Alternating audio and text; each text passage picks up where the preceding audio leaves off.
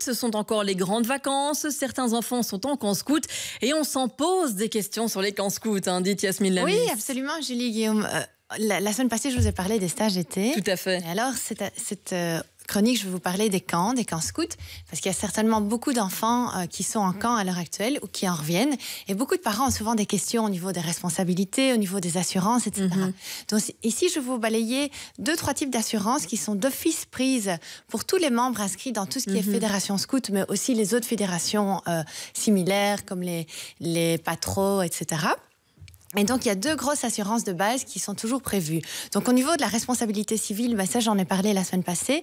C'est la même chose, en fait. À partir du moment où on prouve un défaut de surveillance, eh bien, on peut toujours engager la responsabilité aussi bien de l'ASBL scout ou du chef scout qui n'a pas bien surveillé ses petits scouts, ses petits louveteaux, etc. Exactement. Alors, la première assurance qui est toujours prise, donc ça, si votre enfant part au camp ou si votre enfant est en camp pour le moment, il ne faut pas vous tracasser parce qu'il y a toujours une assurance RC qui est d'office prise pour tout ce qui est accident corporel, et même ça va plus loin, ça protège aussi au niveau de la protection juridique, au niveau de la défense civile et pénale.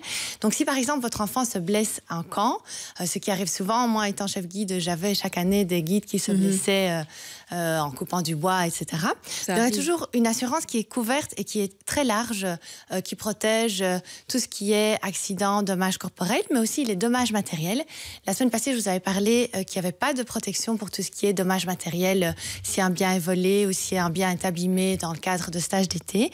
Mais ici, dans le cadre de camp scout, par exemple, il y aura toujours une protection aussi pour les dommages matériels aux enfants, aussi bien que les dommages matériels qui arrivent de l'ASBL scout, etc. Donc ça, c'est toujours important de le savoir. Alors, il y a également une protection juridique.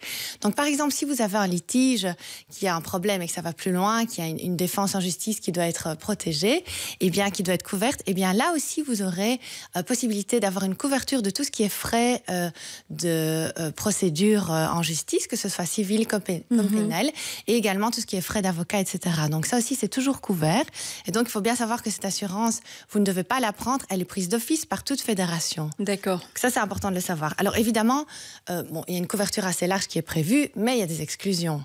On ne peut pas tout faire non plus. On imagine bien, oui. Donc, si votre fils part en camp scout et qu'ils vont faire du saut en parachute, eh bien là, tout ce qui est les sports aériens, etc., ça ne sera pas couvert. Une bête question, Yasmine, si maintenant il y a un incendie au camp scout, comment ça marche? Alors, s'il y a un incendie, par exemple, votre enfant part en hike et malencontreusement, il y a un accident qui se passe, on ne sait pas très bien qui a causé l'incendie, un incendie, par exemple, dans une grange, ce qui peut arriver, eh bien, il y a une procédure qui est prévue, il y a une couverture assez élargie qui est prévue.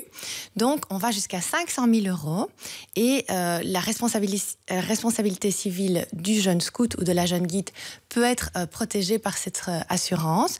Donc, c'est pour tout ce qui est bien meuble ou immeuble qui appartient au tiers. Donc, par exemple, si vous louez une grange pour un hike. Ou alors, si par exemple, les biens mobiliers ou matériels du scout, comme le sac à dos, le lit de camp, etc., sont brûlés, eh bien là aussi, il y aura une couverture de un peu plus de 12 000 € qui sera prévue. Donc ça, c'est bien de le savoir. Donc en gros, Yasmine, on doit savoir qu'en gros, en majorité, c'est couvert. Oui. Il y a des exceptions. Absolument. Et donc, c'est pas toujours facile. C'est un peu au cas par cas aussi parfois. C'est un peu au cas par cas. Des choses qui arrivent. Absolument. C'est un peu au cas par cas. Et c'est vrai qu'il y a des exclusions.